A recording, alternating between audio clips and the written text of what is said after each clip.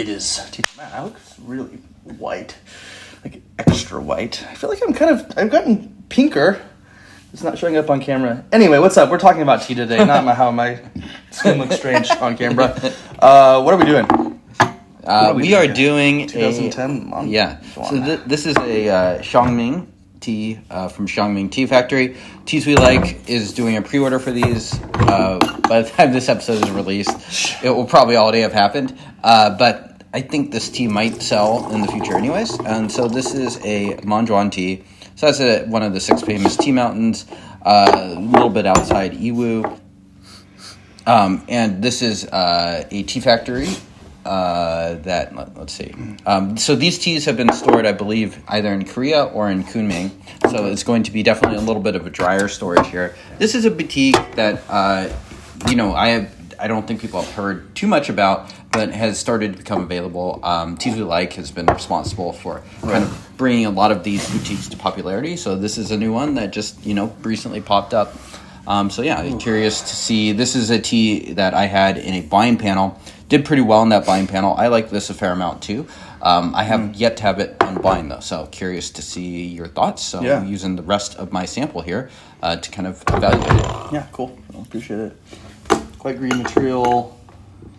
So I'm brewing it pretty kind of mid orangish. Yeah, well, actually, the material looks a little darker. Nice aroma. Okay, for steeping here, going to be light. Has a nice aroma to it, kind of like almost raisins. Little dark brassiness to it as well. Denny was recently telling me how he has become immune to the bitterness, and how we were having some 7542s / not 7542s last episode, and it's like, not really that bitter.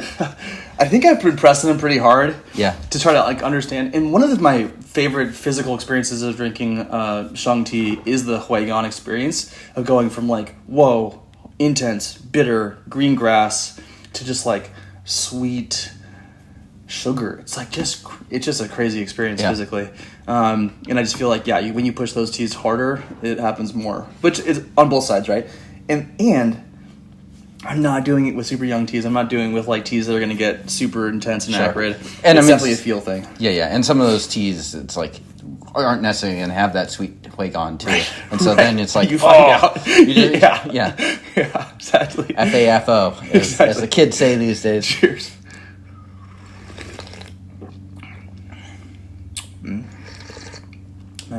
Nice body already for something that's a little drier storage. It's nice and juicy. Exactly. I there's kind of a fruity thing happening. Yeah. Really good. Yeah, the base profile is actually pretty light. Cheers. Cheers for good sweetness.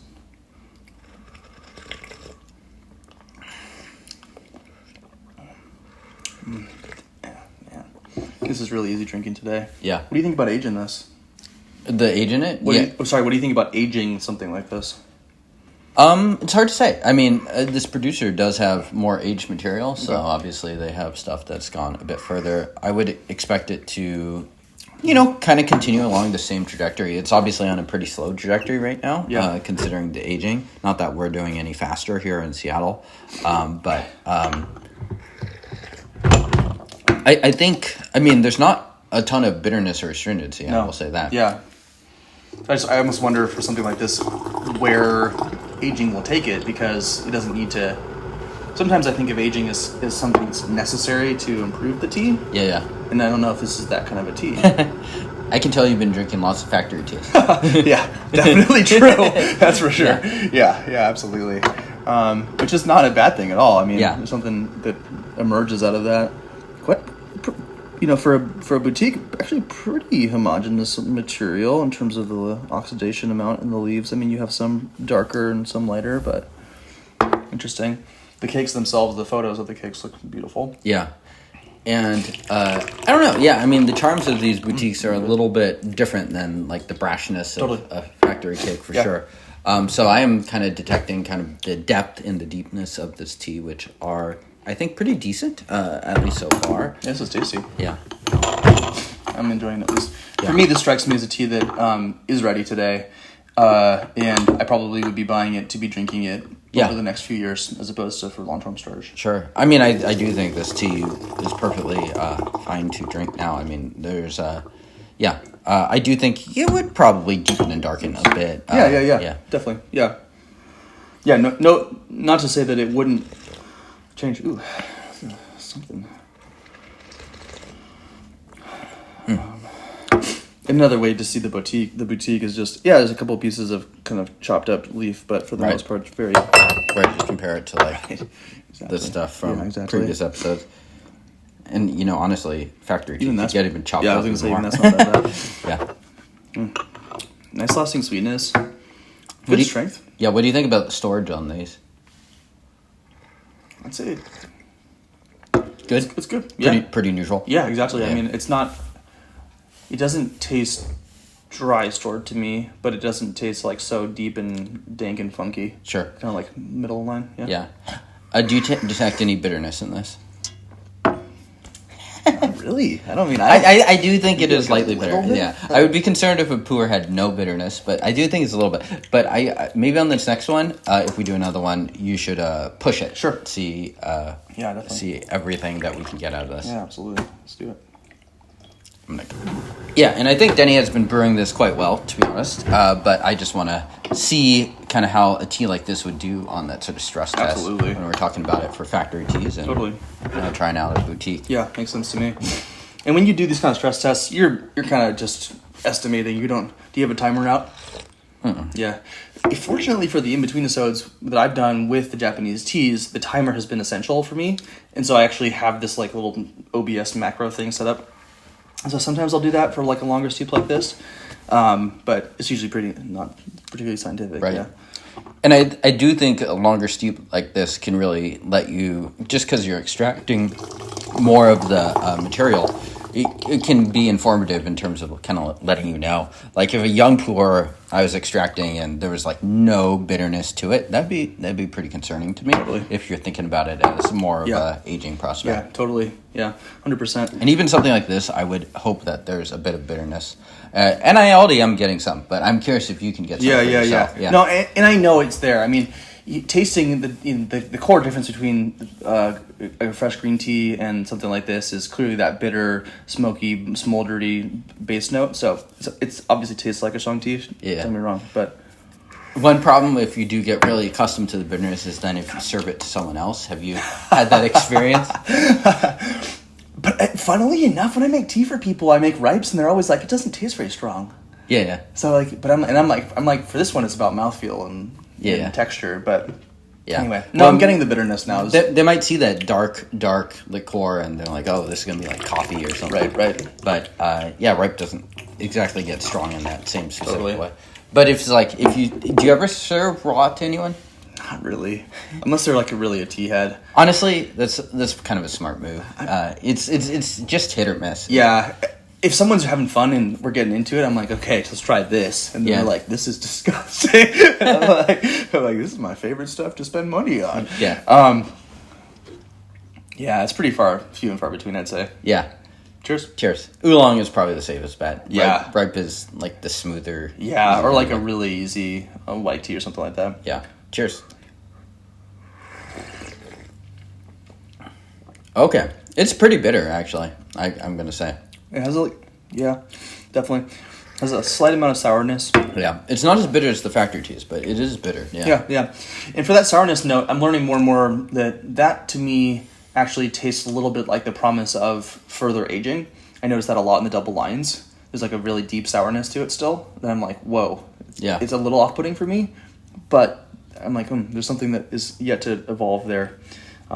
This is stronger. I can taste it in my stomach a bit. The nice thing with the double lions is something like that really converts. Like that's a really good tea to just like kind of what you were talking about earlier. It's like taste is kind of whatever, but the conversion is real nice. Mm-hmm. I wouldn't say complaint, but I'm noticing even with that last steeping where we pushed it, I would expect maybe a bit more mouthfeel out of it, and maybe not quite, but that was probably our fourth steeping. Fifth, yeah. So that also might blame the brewer a little bit on that one. I'm gonna push this one again too. Yeah, quite a bit of astringency. Yeah, I'd say brewing it like that, it actually comes a bit drying for sure. Yeah. But nice. And if you're gonna spend a bunch of money on some tea, it's a good idea to brew it a few different ways and see what you like. And hey, if you have a cake of it, you probably will forget that it's sitting there one time, and can you drink it and stuff? I do that all the time. Still, I'll just water the tea down a little bit. It's fine. Yeah, kind of depends too. It's like sometimes with the ripe, you could get like some really delicious. Totally. brews. Yeah, totally. Forgotten ripe brews. Yeah. Oh yeah. All right. Cheers, y'all. Cheers.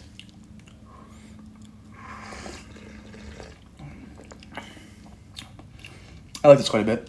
I really do. Yeah. Do you know what the price on this is? It's about $250 for 400 grams. Man, that's that's a lot of money. Yeah. But that's kind of like in my sweet spot right now of teas that I'm trying to get into a little bit. Yeah. I think I have my like base. We did the episodes and stuff. I still need to do that actually. Gosh. Okay. Note to self. I could be wrong. I didn't look up the price beforehand, but I think it's roughly that. Yeah. But that price range for me is now where I want to be filling in, I think, my next purchases.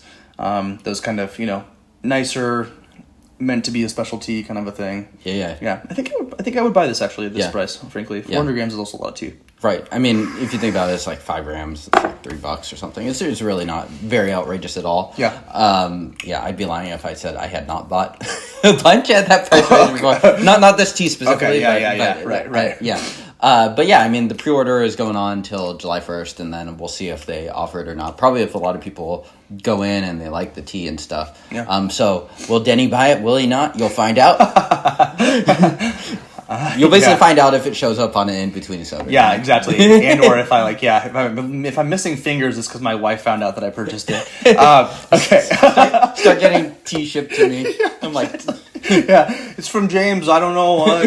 We just do the cross marketing. It's like I get all my tea shipped to Denny. He's like, it's for James. I stopped buying. He's tea. outrageous. Yeah, he's crazy. That guy. He just keeps buying tea.